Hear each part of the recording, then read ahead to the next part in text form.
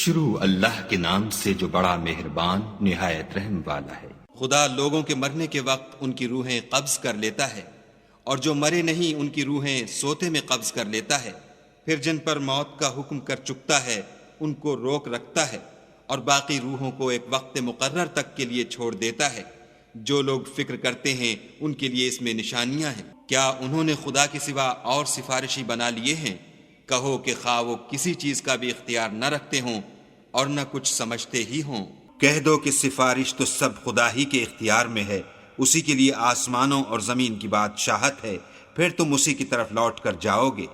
اور جب تنہا خدا کا ذکر کیا جاتا ہے تو جو لوگ آخرت پر ایمان نہیں رکھتے ان کے دل منقبض ہو جاتے ہیں، اور جب اس کے سوا اوروں کا ذکر کیا جاتا ہے تو خوش ہو جاتے ہیں۔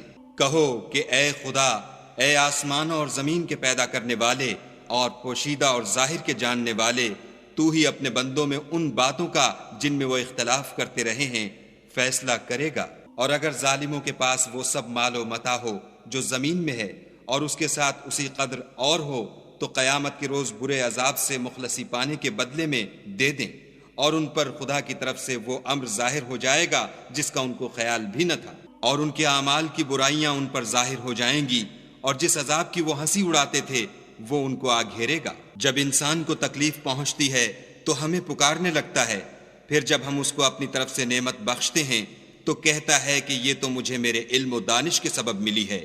نہیں، بلکہ وہ آزمائش ہے، مگر ان میں سے اکثر نہیں جانتے۔ جو لوگ ان میں سے پہلے تھے وہ بھی یہی کہا کرتے تھے، تو جو کچھ وہ کیا کرتے تھے ان کے کچھ کام بھی نہ آیا، ان پر ان کے اعمال کے وبال پڑ گئے، اور جو لوگ ان میں سے ظلم کرتے رہے ہیں ان پر ان کے عملوں کے وبال عنقریب پڑیں گے، اور وہ خدا کو عاجز نہیں کر سکتے۔ کیا ان کو معلوم نہیں کہ خدا ہی جس کے لیے چاہتا ہے رزق کو فراخ کر دیتا ہے اور جس کے لیے چاہتا ہے تنگ کر دیتا ہے؟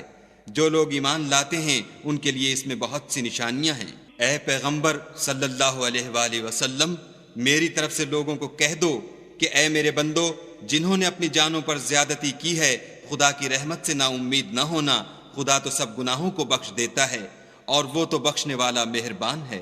اور اس سے پہلے کہ تم پر عذاب واقع ہو، اپنے پروردگار کی طرف رجوع کرو اور اس کے فرما بردار ہو جاؤ، پھر تم کو مدد نہیں ملے گی۔ اور اس سے پہلے کہ تم پر ناگہاں عذاب آ جائے اور تم کو خبر بھی نہ ہو، اس نہایت اچھی کتاب کی جو تمہارے پروردگار کی طرف سے تم پر نازل ہوئی ہے پیروی کرو، کہ مبادا اس وقت کوئی متنفس کہنے لگے کہ ہائے ہائے، اس تفسیر پر افسوس ہے جو میں نے خدا کے حق میں کی، اور میں تو ہنسی ہی کرتا رہا۔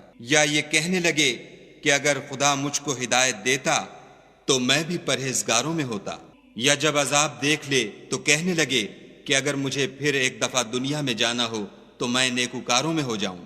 خدا فرمائے گا، کیوں نہیں، میری آیتیں تیرے پاس پہنچ گئی ہیں، مگر تو نے ان کو جھٹلایا اور شیخی میں آ گیا اور تو کافر بن گیا۔ اور جن لوگوں نے خدا پر جھوٹ بولا تم قیامت کے دن دیکھو گے کہ ان کے منہ کالے ہو رہے ہوں گے۔ کیا غرور کرنے والوں کا ٹھکانہ دوزخ میں نہیں ہے؟